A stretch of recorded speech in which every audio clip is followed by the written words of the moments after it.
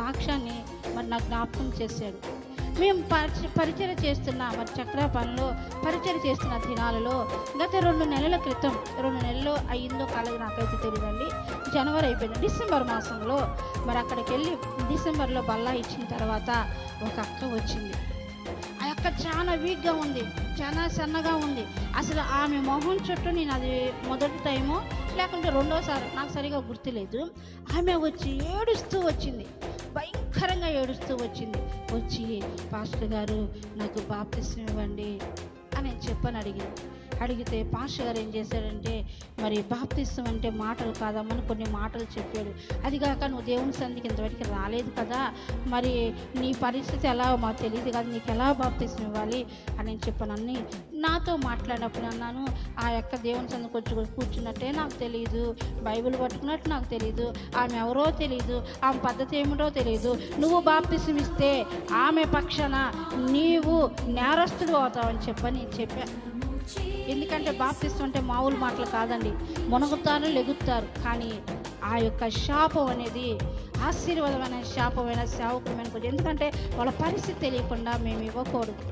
నేను ఆ విధంగా అన్నా, మరి దేవుని దృష్టిలో నిలబడాల్సి వచ్చింది.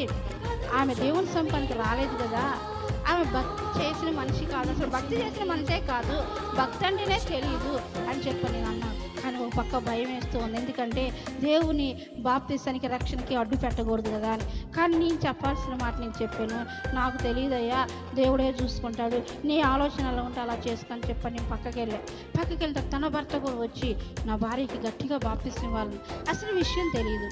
తర్వాత తను బాప్తిసం తీసుకున్న తర్వాత మరి ఈరోజు బాప్తిసం పాస్టర్ గారు ఇచ్చాడు. రెండో రోజు బాప్తిసం ఇవ్వడానికి కూడా నీళ్ళు కూడా సరిగ్గా లేవండి. విశ్వాసులందరూ కూడా పాస్టర్ గారు ముంచుతుంటే అంటే దోశలు పెట్టి పోసారంట. నేనైతే వెళ్ళాలి ఆ స్థలానికి. ఆ విధంగా ఆమెను తడిపారు. రెండో రోజు ఆమె వచ్చి నా ఎదురుకు వచ్చి భయంకరంగా ఏడుతుంది, అక్క నా పరిస్థితి బాగలేదు, నాకు పచ్చ కామెర్లు అయినాయని చెప్పని డాక్టర్స్ చెప్పారు, నా కడుపులో గడ్డ ఉందని డాక్టర్స్ చెప్పారు, గడ్డ ఆపరేషన్ చేయాలంటే 70,000 రూపాయలు బల్ల మీద పెట్టాలని చెప్పని డాక్టర్స్ చెప్పారు, నా స్థితి అది కాదు, నా పరిస్థితి అది కాదు, నాకు 2 చిన్న బిడ్డలు ఉన్నారు, నాకు బాగా ఫీవర్గా ఉంది, నేను తట్టుకోలేకపోతున్నాను అక్క అని చెప్పని బోరుని ఏడుస్తుంది. నాన్నమ్మ ఏడవ మాకు, నువ్వు బాప్తిసం తీసుకున్నావు కదా, మరి దేవుడు ముడతాళ్లే, వెళ్ళి టెస్ట్ చేయించుకొని ధైర్యం ఉండిద్ది అని చెప్పని ఏది ఉపశమనానికి చెప్పానండి, నమ్మకంగా మాత్రం నేను చెప్పాల.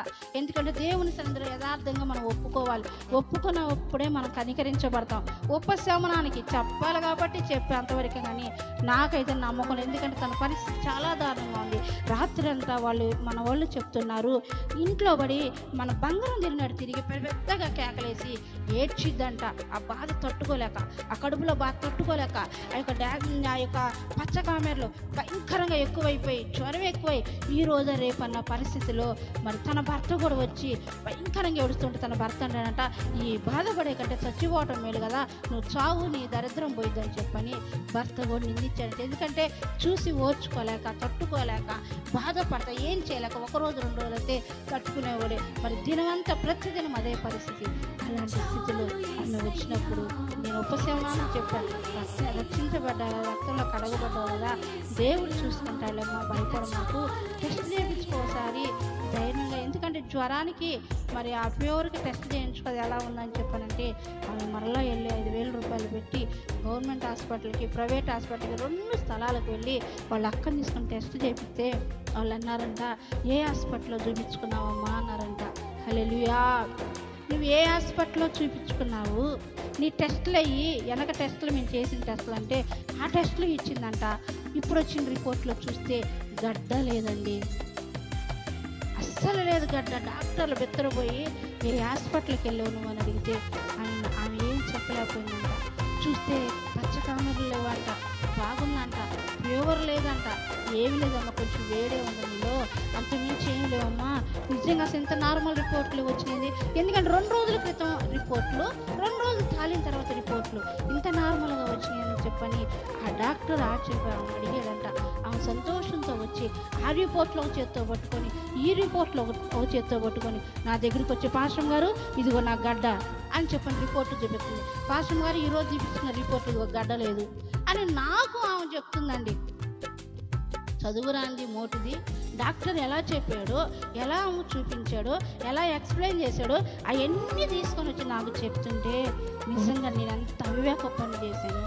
నిర్లక్ష్యంగా ఉన్నాను. నేను ఏదోలే దేవుడు చూసుకుంటాడులే అన్నానే కానీ ఇంత గొప్ప కార్యం దేవుడు చేస్తాడు నాకు తెలియదని చెప్పని నేను వెంటనే పశ్చాత్తాపడ్డ దేవుని సన్నిధిలో.